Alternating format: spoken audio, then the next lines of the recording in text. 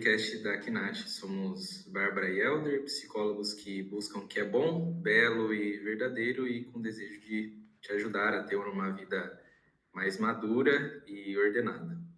Nos nossos episódios trazemos reflexões sobre psicologia, rotina, bons hábitos e desenvolvimento humano. Fique aqui conosco para forjar o seu caráter. Vamos juntos. Vamos juntos, tudo bem?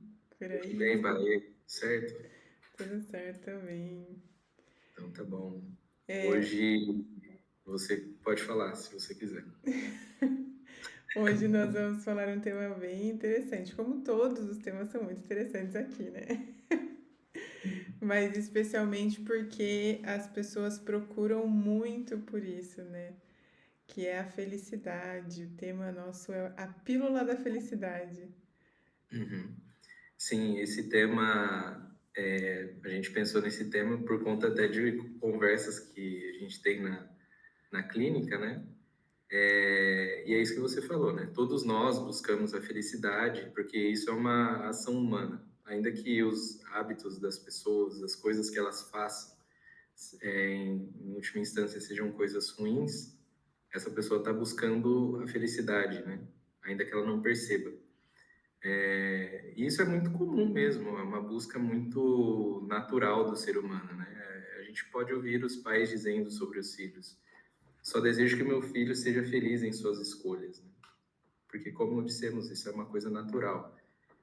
Não dá para imaginar uma pessoa que não queira ser feliz, né? Sim. E é natural que a gente deseje também a felicidade para as pessoas que a gente ama, né? Que a gente convive. Mas existe uma diferença entre ter momentos felizes e viver uma felicidade duradoura. E até nesse desejo que a gente tem pela felicidade do outro, existe também essa diferença, né? Porque ter coisas materiais ou ter momentos de felicidade, bom, são só momentos, né? Vão começar e logo vão terminar. E a felicidade que nós deveríamos buscar é essa felicidade que persiste, né? Que continua presente em todos os momentos da vida, inclusive nos momentos difíceis, né? O que parece um pouco um paradoxo, assim, parece um pouco contraditório, né? Mas como assim? Você feliz em momentos difíceis, né? Mas sim, é muito possível, né? Que a gente consiga ser feliz mesmo passando por uma dificuldade. Por exemplo, uma família que passa por uma dificuldade financeira, ainda que isso seja uma preocupação, que isso tome o sono muitas vezes, as pessoas não são tristes porque estão com um problema financeiro, né? Elas podem continuar sendo pessoas felizes porque veem sentido na vida delas, né? A mesma coisa numa situação de perda. Ah, perdi um ente querido. Claro, a gente vai chorar, vai ficar muito triste, vai ter um momento de muita tristeza, mas não necessariamente isso vai roubar a alegria, a felicidade da nossa vida. Porque se a gente tem uma vida com um sentido, essa felicidade ela permeia mesmo nesses momentos de dores, né? Uhum. Sim, de certo modo é uma coisa que permanece independente das circunstâncias, né? Porque é algo que realmente está muito profundo em cada pessoa, né? E o que vai dando o tom para que a pessoa permaneça num estado de felicidade, ainda que as situações, as circunstâncias sejam dolorosas, difíceis, né? É ter bem claro assim quais são os valores que temos, né? As virtudes que nós fomos adquirindo ao longo do tempo, o sentido da vida, né? Até quando as pessoas procuram um médico, mesmo quando nos procuram, né? Procuram um psicólogo para fazer um atendimento, elas estão em busca disso, né? Existe aqui um elemento que me falta e que eu não sei como alcançar para ser feliz, né? Seja assim, porque existe um problema, então, sei lá, a pessoa tem uma depressão, uma ansiedade, um estresse pós-traumático, enfim, vários problemas, né? Ou porque, beleza, tá tudo bem, mas eu não sei como me aperfeiçoar, né? São essas duas funções do psicólogo, né? resolver alguns problemas que a pessoa tenha de ordem psicológica, comportamental e tudo mais. Mas mesmo nessas pessoas que estão bem, que não têm nada dessas questões, elas querem aperfeiçoar a própria personalidade, né? Então é função do psicólogo também ajudar nisso, né? E o grande problema é que as pessoas procuram isso como se fosse uma simples pílula, né? Por isso que a gente está falando aqui da a pílula da felicidade, né? Ó, eu vou lá no psicólogo e tal, é, eu quero aqui uma pílula da felicidade, né? E a gente já frustra o paciente, assim, logo de início, porque a gente não pode, né, prescrever uma medicação, uma suplementação, né? Não está no nosso domínio esse tipo de coisa, né? Mas é um movimento bem interessante, né, Bá? As pessoas às vezes chegam com vários problemas, assim, sei lá, problemas de ordem física, né? Então, tá obesa, pratica pouco exercício, pressão alta, alimentação ruim, né? Ou seja, problemas, além disso, né, problemas sociais, emocionais, né? Então, famílias desestruturadas, relacionamentos amorosos problemáticos, inconstâncias, às vezes chegam com vazios existenciais e coisas relacionadas, né? Mas aí elas querem resolver os problemas delas em 5 minutos, como se um remédio ou um punhado ali de suplementos alimentares fosse resolver esses problemas, né, de uma vida toda, né? Você já atendeu, assim, pacientes em situações semelhantes, que querem resultados rápidos? Como que é para você? Sim, a grande maioria, né, que é resultados rápidos. Eu até arrisco dizer que até eu, às vezes, gostaria de ter esses resultados rápidos, tanto para mim quanto para eles, né? Às vezes Uhum, acontece, nossa, eu queria tanto que isso resolvesse na vida do meu paciente, né? Rápido. Mas não é assim que a vida funciona, né? E o que acontece muito, bom, embora a medicação e a suplementação ajudem, né? Porque trata o sintoma, não resolve, porque não traz essa felicidade duradoura e permanente da qual a gente está falando. E para ter isso, né, para que as coisas consigam se ordenar, é preciso percorrer um caminho, ter uma mudança de hábitos. E a mudança de hábito, ela implica num pouco de desconforto, né, num pouco de até um certo sofrimento, não um sofrimento, né, desesperador, não é nada disso, mas existe uma certa necessidade de abrir mão de algumas coisas que o nosso corpo está acostumado, ou de alguns costumes, né, que a gente tem até emocionais, para que outros hábitos venham. E aí, bom, a gente em geral tem a tendência de querer muito resultado, então quando a gente pensa lá, né, na vida toda organizada, isso até traz um certo conforto, até um pouco dessa felicidade já. Nossa, se a minha vida fosse desse jeito que eu estou idealizando aqui, seria tudo ótimo. É a felicidade, é o que eu preciso, né, para me sentir realizada. Mas o processo para chegar até isso é um processo que exige esforço, né? Então, muitas vezes a pessoa ela quer o resultado, mas não quer enfrentar essa parte do processo, né?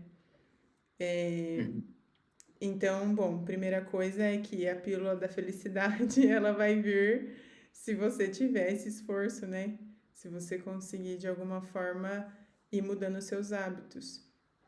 uhum. Não sei se você percebe do mesmo jeito, né? Que as pessoas querem o resultado, mas não querem passar por esse caminho, assim, né? Da dificuldade. É, e às vezes não percebem até que a felicidade ela vai acontecendo no processo, né?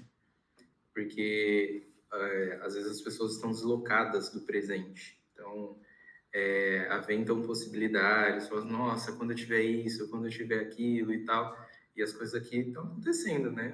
Um familiar que está aqui do lado, oferecendo carinho, oferecendo presença, os amigos, as questões do trabalho, as oportunidades tal, mas a pessoa está lá na frente, está lá na frente. E o que acontece muitas vezes é a pessoa alcança aquilo que ela almejava, só que aí ela fala assim, nossa, mas não era o que eu esperava, assim, né? Porque como somos seres espirituais, né? A gente tem essa capacidade intelectual de transpor o tempo. a gente consegue imaginar uma situação e às vezes a gente pode ter ali doses de dopamina muito maiores do que a própria situação em si, né? Então é isso que acontece muitas vezes. A pessoa imagina, fica ali naquele estado mental e aí quando ela alcança o que ela esperava, né, não foi tão satisfatório, né? Por isso a importância de, vamos dizer assim, sendo feliz durante o processo, porque pode ser que em algum momento você nem venha a alcançar aquilo que você almejava, né? Ah, então assim, se eu não alcancei, eu não fui feliz nessa vida, né? Não. Pode ser que é justamente isso, está deslocado do presente e aí acaba não vivendo mesmo, né? De modo oportuno que deveria viver, né? Até porque esse processo também, né, de aquisição de um hábito bom, ele vai gerar amadurecimento, ele vai gerar uma série de coisas, né? Que se a gente pula isso e vai direto para o resultado, não vai ter o amadurecimento, não vai ter o exercício de olhar para as coisas boas do dia a dia, que às vezes é necessário que aconteça, né? Que é isso que você está dizendo. A felicidade, ela está acontecendo à nossa volta. Às vezes é isso, a gente só não está enxergando, né? A gente tem uma tendência de olhar mais para as coisas negativas, né? Sim. Mas aí acho que você poderia falar também um pouco, Bah, até para dar uma clareza, né? Aquilo que São Tomás fala, né? Para a gente falar sobre algo, a gente precisa conceituar bem o que é esse algo e a gente vai falar, né? Então acho que você poderia falar um pouco o que é a felicidade, né?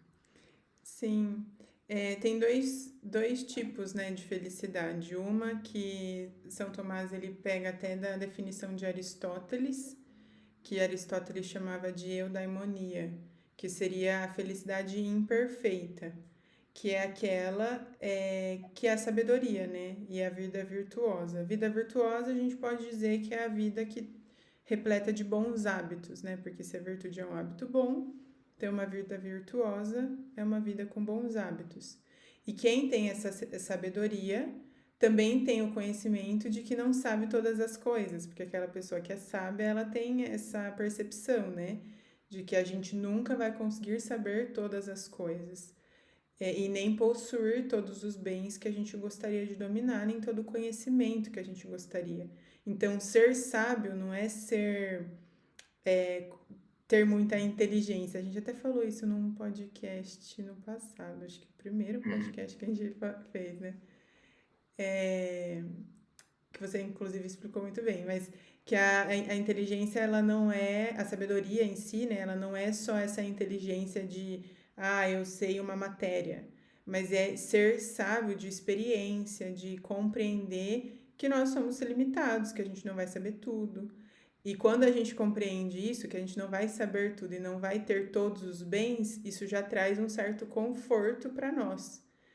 É, e isso já traz e esse conforto já é uma aproximação dessa felicidade imperfeita, né? Porque eu tenho conhecimento de que eu posso buscar uma vida com bons hábitos, mas eu nunca vou ter ela de forma idealizada, né? Como a gente às vezes idealiza na nossa imaginação. E a felicidade perfeita, que aí é uma definição mais de São Tomás mesmo, ele fala que é a beatitude, né? Que é a posse permanente e constante de todos os bens, que é o verdadeiro sentido da vida. E aí aqui não são os bens materiais, né? Mas outros bens que a gente tem que são mais a nível espirituais, mas não no sentido espiritual de religião aqui, né? Mas no sentido de compreensão das coisas, né? Então, por exemplo, se eu tenho uma virtude, ela não é uma coisa física que eu consigo pegar, mas eu sei que se eu tenho ela, ela é um bem para mim, né? uhum. Porque eu consigo ser uma pessoa melhor tendo um hábito bom. Mas acho que isso vai ficar um pouco mais claro aqui nas próximas definições que a gente vai dando. Mas essa. Posso, Pode falar. desculpa, Pode não falar. posso dar um exemplo disso que você está falando? Claro. Então, imagina assim, a felicidade perfeita, né, dessas coisas que permanecem, são coisas que ultrapassam a própria morte, né? Então, a gente pode pensar em algumas pessoas, né, de repente, pessoas da sua família, pessoas que passaram por esse mundo fizeram coisas muito boas e aquilo permanece, aquilo ainda dá fruto na vida de outras pessoas, né? A gente tem um exemplo bem presente aqui entre nós, que é o Toninho, né? Uhum. Que ele adquiriu tantas virtudes, foi tão feliz, possuiu essa felicidade de modo tão perfeito, né? Que aquilo que ele fez permanece em nós, né? Às vezes a gente tá falando, conversando assim, não sei o que, o Toninho fez isso, e não sei o que, e fez aquilo, ou seja, uma coisa que ele já foi, né? Já morreu faz tempo, e ainda a gente está falando de coisas que ele fez, da bondade dele, da generosidade, da alegria, ou seja, são coisas materiais, né? São coisas que a gente não consegue falar assim, ó, deixa eu pegar a alegria aqui, né? Eu colocar num pote, não tem como fazer isso, né? Então é nesse sentido. Sim. E entre essas duas felicidades, a felicidade imperfeita e a perfeita, a gente tem as bem-aventuranças, né? Que pode nos ajudar a viver essa felicidade aqui na Terra, na nossa vida mesmo, né? E que pode nos ajudar, inclusive, a pensar coisas mais práticas para a gente viver no nosso dia a dia. Porque é até curioso, porque a felicidade, falar sobre felicidade e pensar na felicidade é muito imaterial. Porque, assim como as virtudes, o exemplo que você deu do Toninho, a felicidade também não é uma coisa que a gente tem como pegar na nossa mão e falar, tenho aqui, comprei, fui ali, comprei, né? É uma coisa muito imaterial. Então, quando a gente tenta trazer um pouco mais para atos da nossa vida, para formas como a gente se coloca, hábitos que a gente adquire, isso vai ficando um pouco mais prático, né? E pode nos ajudar a pensar. Então, quando a gente fala das 7 bem-aventuranças, eu vou falar todas elas, depois eu vou explicar. Se você tiver alguns exemplos no meio, você vai me cortando. Beleza. Então, a primeira seria que bem-aventurados são os pobres de espírito, depois os mansos, os que choram, os que têm fome e sede de justiça, os misericordiosos, os puros de coração e os pacíficos. Quando a gente pensa nos 3 primeiros, então os pobres de espírito, os mansos e os que choram, a gente percebe que seriam pessoas que conseguem amar corretamente a si mesmas. Vou explicar o porquê, né? Porque os pobres de espírito são as pessoas que elas conseguem vencer os apegos que elas têm. Tanto os apegos a coisas materiais, né, as riquezas e coisas que o mundo nos oferece, né, materiais mesmo, tipo dinheiro, casa, bens, como também os apegos a honras, a reconhecimento, a próprio sentimento. Então, quando a gente pensa, né, bem-aventurados os pobres de espírito, o que é ser pobre de espírito? É ter esse desapego das coisas materiais e até mesmo das coisas que são imateriais. Então, se eu tenho uma tendência a ser muito rancoroso e eu consigo vencer isso em mim, consigo entender situações da minha vida de uma outra maneira, é um desapego que eu vou ter com essa emoção que eu estava sempre ali apegado. A mesma coisa, a inveja. Então, se eu consigo desapegar dessas coisas, de certa forma, né, eu vou ser pobre de espírito, no sentido de desapegar mesmo, de soltar essas coisas das quais a gente vai ficando cada vez mais amarrado, né?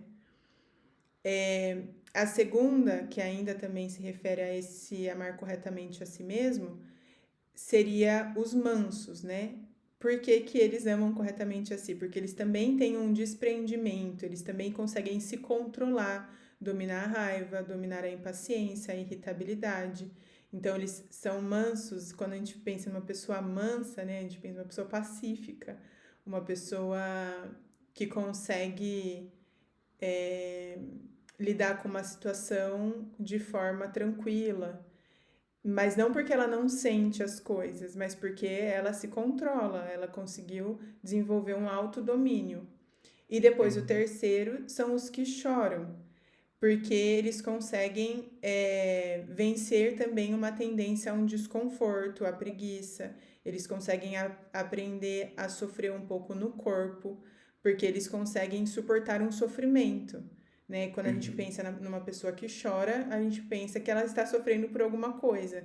E o choro, às vezes a gente precisa saber chorar também, né? Saber sofrer as coisas que a gente está passando. Porque, em geral, as pessoas tendem a recusar esse sofrimento, né? Até dá para linkar ao que a gente estava falando agora, né? De que a pessoa quer o resultado, mas não quer o processo. Então, as pessoas que choram são as pessoas que, de alguma forma, sabem sofrer, e sabem vencer os desconfortos que a vida trazem a elas. Uhum. Oba, eu vou falar algo aqui, não sei se você pode ajudar a gente também, né? Mas você falou essa questão dos mansos, você trouxe mais aspectos negativos, né? Então, sei lá, raiva, impaciência, irritabilidade.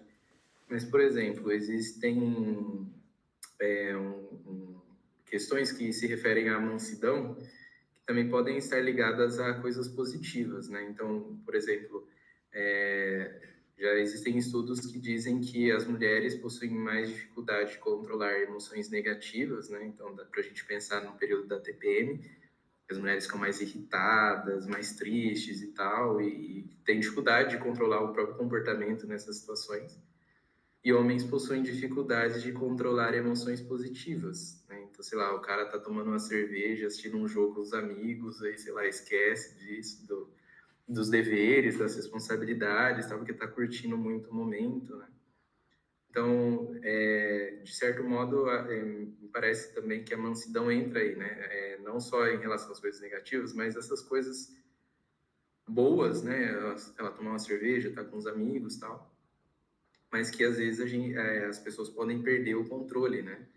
Então, acabaria deixando de ser manso se a pessoa se deleita muito numa coisa boa, né? E deixa de lado as suas responsabilidades, os seus deveres, né? Não sei se, mas imagino que entre aí também, né? Sim, né? Com certeza também entra. Assim como uma alegria descontrolada, né?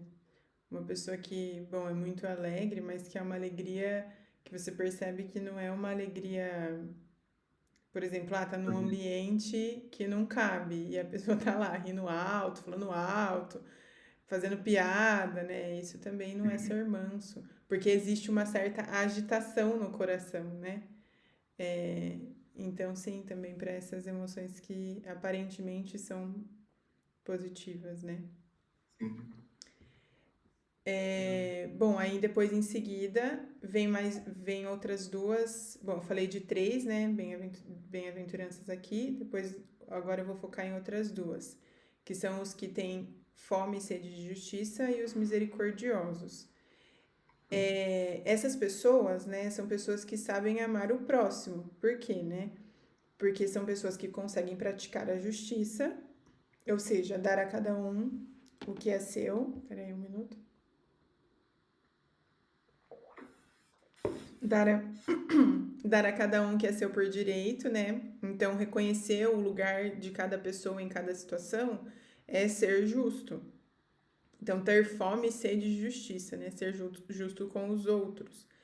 A gente também já comentou em algum podcast que a virtude da justiça ela é sempre direcionada ao outro, porque você entende o lugar da outra pessoa, né? E depois os misericordiosos, porque eles vão praticar a bondade ao próximo. Então, as pessoas que têm essas duas bem-aventuranças, né, essas duas qualidades, elas conseguem amar ao próximo, né? De forma ordenada.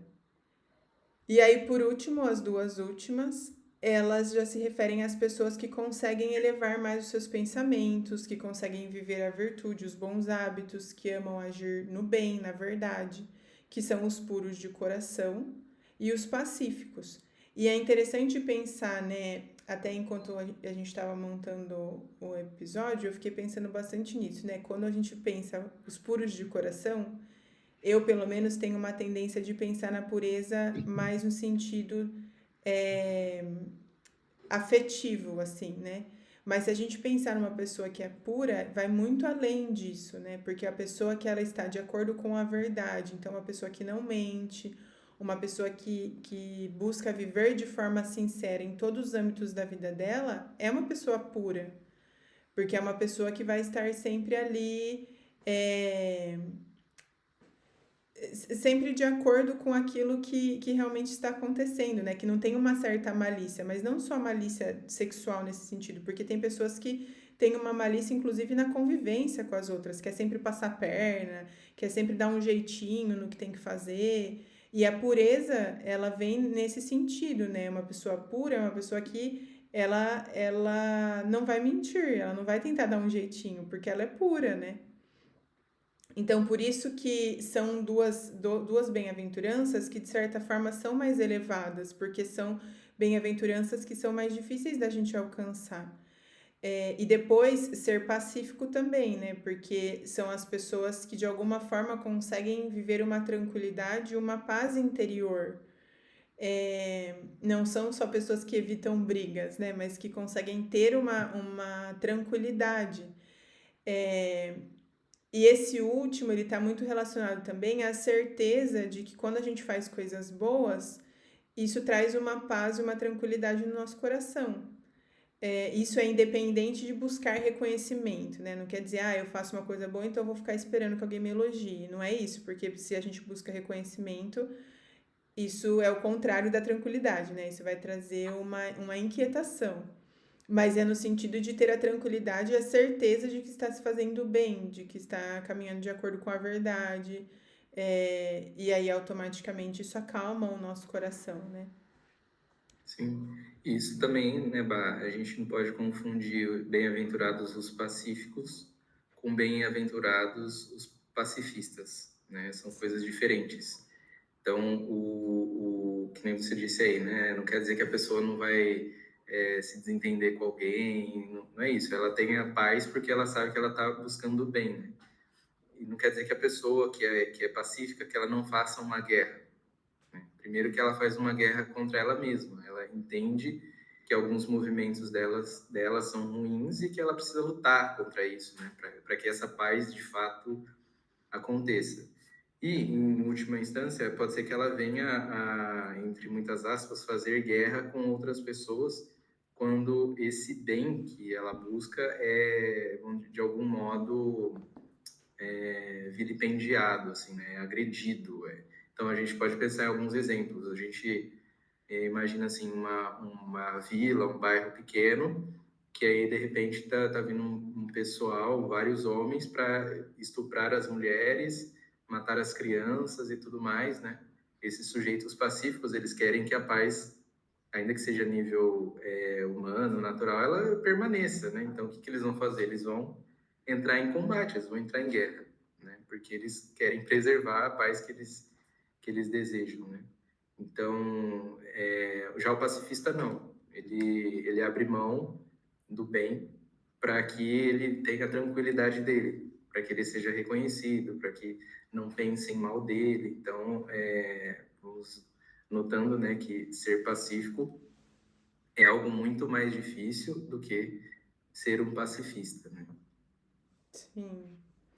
E aí, talvez, né, a pessoa que está nos ouvindo pode pensar, nossa, mas como que eu vou ter tudo isso, né, de uma vez só? Realmente é um grande desafio, né? Porque são coisas difíceis da gente alcançar. Mas também são coisas que, se nós alcançarmos, vai nos trazer de fato uma felicidade permanente, porque aí não importa, né, as outras coisas que estão acontecendo na nossa vida. Não é que não importa no sentido, não vou ter mais preocupação nunca mais, não é isso. Mas se a gente consegue ser pobre em espírito, ser manso de coração, saber chorar os nossos sofrimentos, ter fome e sede de justiça, ser misericordioso, ser puro de coração, ser pacífico, tudo isso, né, as outras coisas na nossa vida, os outros bens, as honras, os bens materiais, vão ficar em segundo plano.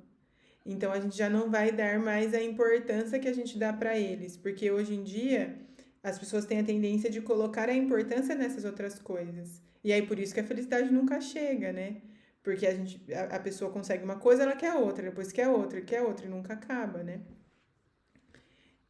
Então aqui é mais no sentido mesmo de um direcionamento, né? De onde encontrar essa felicidade. Uhum, sim. E aí, em episódios anteriores, né, a gente comentou sobre a importância de se buscar uma harmonia entre as diferentes dimensões da nossa natureza, né, enquanto seres humanos. Então, harmonia entre corpo, alma, o físico, espiritual, o afetivo, etc., social, né? Portanto, assim, o que nós gostaríamos com esse episódio é chamar a atenção, de fato, né? Não há uma pílula da felicidade, né? A gente pode tomar alguns suplementos, se utilizar de algumas medicações, de técnicas disso ou daquilo, que são coisas muito boas e que podem contribuir para que a gente se aproxime de uma vida feliz, né? Porém, isso não é tudo. Uma vida verdadeiramente feliz vai requerer muitos esforços, né? Sim. São coisas que vão ajudar momentaneamente, né? E que no momento, por exemplo, de crise de ansiedade, é, no momento em que os pensamentos estão muito acelerados, todas essas técnicas são ótimas, né? Ajudam muito. Mas para mudar o nosso interior, né, precisa de um grande desapego mesmo, né, de si, dos nossos desejos mais baixos, né, dos nossos desejos mais supérfluos, assim, e um grande esforço de ordenar mesmo a nossa inteligência nesse sentido e desejar essas coisas mais profundas, né? Porque talvez o primeiro passo seja esse, né? Desejar isso para depois a gente ir ordenando a nossa vontade e ordenar as nossas emoções também, né? E aí tem uma frase também bem interessante, né? Que fala: onde está o teu coração, aí estará o seu tesouro também. E aí fica aqui uma reflexão, né, para quem está nos ouvindo. Onde que você tem colocado os seus pensamentos, né? Se você não alcançou essa felicidade que você tanto deseja, o que que você tem pensado que você precisa para alcançar ela? Será que você tem pensado nessas evoluções pessoais, nesse crescimento pessoal, ou você tem pensado mais em coisas que você precisa ter para ter a felicidade, né? Porque o que toma mais tempo, né, nos nossos pensamentos, normalmente é aquilo que o nosso coração mais deseja, né? E é aí que vai estar o seu tesouro também, né? Então, você se auto-observando, né? Pensando aí, o que que eu tenho pensado muito, talvez seja aí que você está colocando o seu tesouro. E muitas vezes você está fazendo do seu tesouro algo que não merece esse lugar, porque não é de fato um tesouro, né? Tesouro é aquilo que é muito raro de se conseguir. Então, nós deixamos aí o pessoal com essa reflexão. Não sei se você quer falar mais alguma coisa. Acho que é isso. Então é isso. Vamos juntos nessa busca. Valeu.